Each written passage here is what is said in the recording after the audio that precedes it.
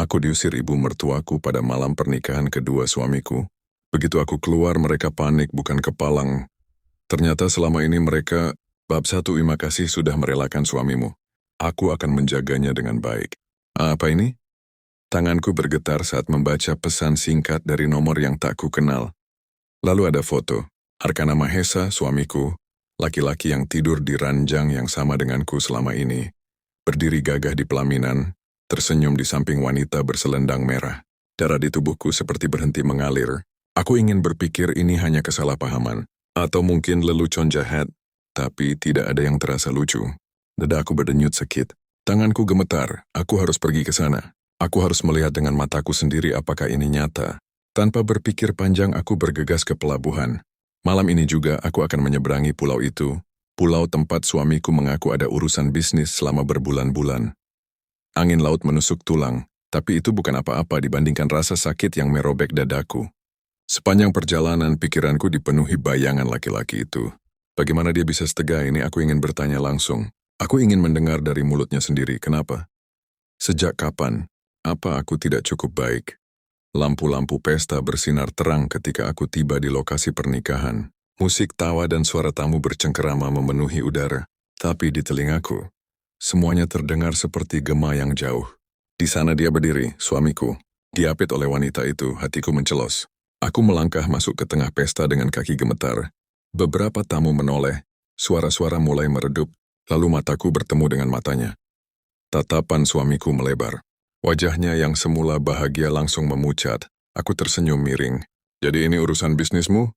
Seketika semua orang terdiam. Suamiku menelan ludah, berusaha melangkah ke arahku. Sayang, aku bisa jelaskan. Aku tertawa kecil, getir. Jelaskan? Kamu mau jelaskan apa, Mas? Bahwa aku istri pertama yang kamu anggap sampah. Bahwa kamu menikah lagi di belakangku seolah pernikahan kita tidak berarti. Wanita di sampingnya mendekap lengan suamiku, wajahnya terlihat panik. Lalu dia menatapku dengan ekspresi yang sulit diartikan. Sedikit gugup, tapi juga angkuh. Mbah, aku tahu ini berat untukmu, katanya dengan suara lembut. Tapi nada bicaranya membuatku ingin tertawa sinis. Tapi kalau Mbah datang ke sini untuk membuat keributan, mungkin lebih baik. Aku menoleh cepat. Lebih baik apa? Lebih baik aku pura-pura tidak tahu? Lebih baik aku pulang dan merelakan suamiku begitu saja?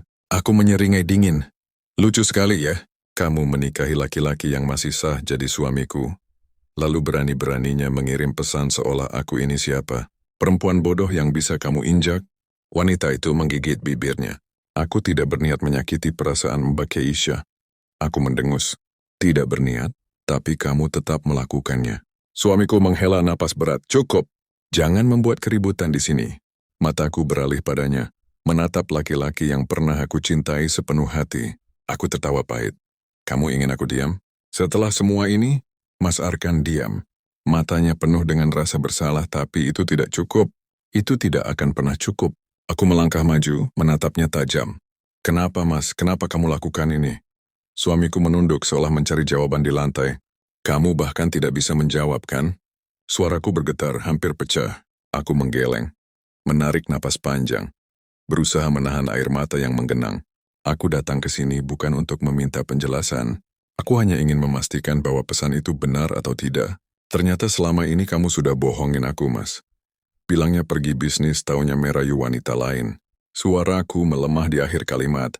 Tapi aku tahu dia mendengarnya. Aku menatap wanita itu sekali lagi. Lalu tersenyum tipis. Selamat ya, semoga kamu tidak mengalami nasib yang sama denganku.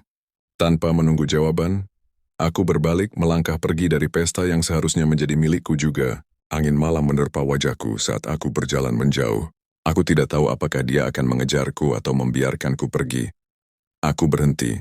Langkahku terhenti tepat di ujung karpet merah yang membentang menuju pelaminan. Tiba-tiba saja niatku untuk pergi menguap begitu saja. Kenapa aku harus pergi? Kenapa aku harus memberi mereka kemenangan begitu mudah? Senyum tipis terukir di wajahku. Kalau mereka ingin membuatku terlihat menyedihkan, mereka salah besar. Dengan tenang, aku berjalan mendekati pelaminan. Beberapa tamu mulai berbisik, sebagian lagi hanya terdiam menonton drama yang terjadi di depan mata mereka. Aku melangkah naik, menyusul suamiku dan wanita itu Nina yang masih berdiri kaku. Nina menatapku dengan mata membelalak. Apa yang kamu lakukan? Suaranya bergetar, setengah panik. Baca selengkapnya di KBM Judul, Ku Berikan Suami untuk Maduku penulis Nura Selina,